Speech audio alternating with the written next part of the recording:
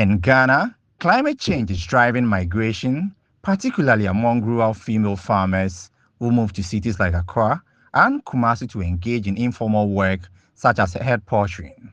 While often viewed as a negative consequence, this migration has become a crucial strategy for household resilience, with migrants sending remittance back home to help families cope with climate change impact. Remittances serve as a safety net, enabling families to adapt to changing environmental conditions.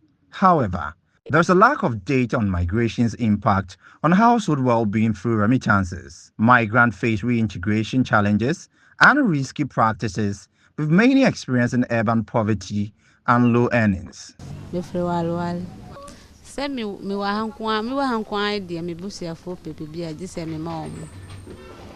Mama omo ahwan na be kwa akoma omo nti me ye adwuma na omo pa bibia me to me wo bi nkwa de mema me ne bi kura me force anya bi ama omo me busia nkwa na wo me ba na eda me nan su me se me nye adwuma me se this kama me mama no asham me free wala ha se ye bre no ba ye krom de ye mbre sa ye mbre so ye nye sika wo ho no anso bre obenya bi so ne de nto wo ho no nti eme aduane na ntima anye bebre se da ya no ntima anye se ne mo te se me ba no sa no hu fa na omo be ka chere na mama omo sika ene me nwia ne mo.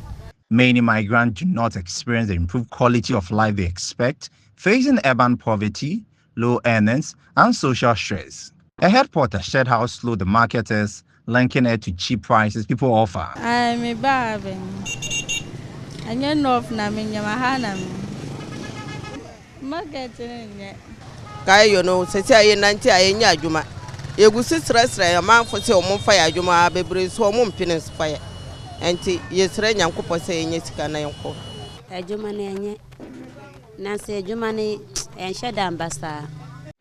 Lead Sage Initiative Ghana, Dr. Shautagachi has revealed that traditionally, migration from the north involved men, but since the mid-2010s, more women are migrating due to empowerment, economic pressure, and education.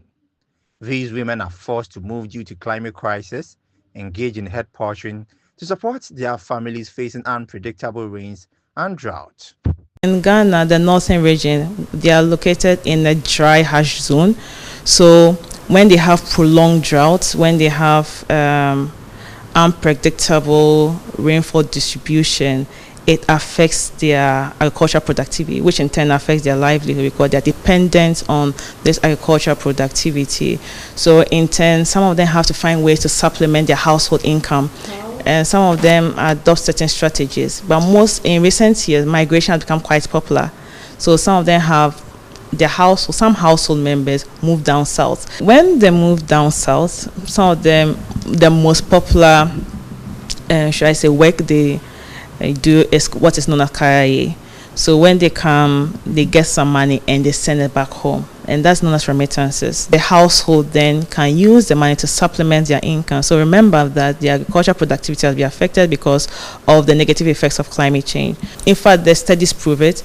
The households that receive remittances are much more likely to build climate resilience as compared to households that do not receive remittances. In a further development, Dr. Gache says migration is often viewed negatively due to the strain on social amenities in urban centers, but this is the time for government to intervene. For migration to be promoted as an adaptation tool, the government needs to acknowledge it as an adaptation tool. When you look at the National Adaptation Plan, it's not explicitly stated that migration is an adaptation. So we need migration to be accepted as an adaptation tool or acknowledged as an adaptation tool.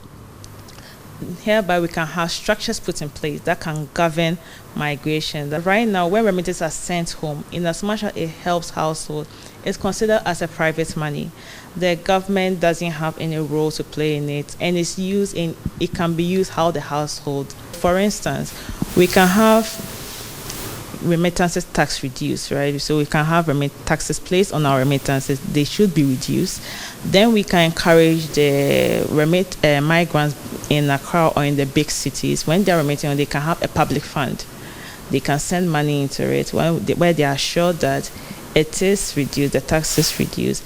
And there are certain systems in place whereby such remittances can be used enforce some of the things back home, like irrigation systems and storage facilities and training of farmers on how to cope with climate change. Climate change-related migration is a multifaceted issue that presents both challenges and opportunities. As communities adapt to an increasingly unstable climate, the role of remittances will be critical in shaping their resilience and recovery. By understanding and addressing the interplay between climate migration and remittances, stakeholders can work towards sustainable solutions by joining voices to view migration as an adaptation tool serving as a climate resilience strategy for farmers in the northern part of the country. This story is brought to you by JoyNews in partnership with CDK in Ghana, University of Ghana Center for Climate Change and Sustainability Studies, with funding from Claire R4I Opportunities Fund.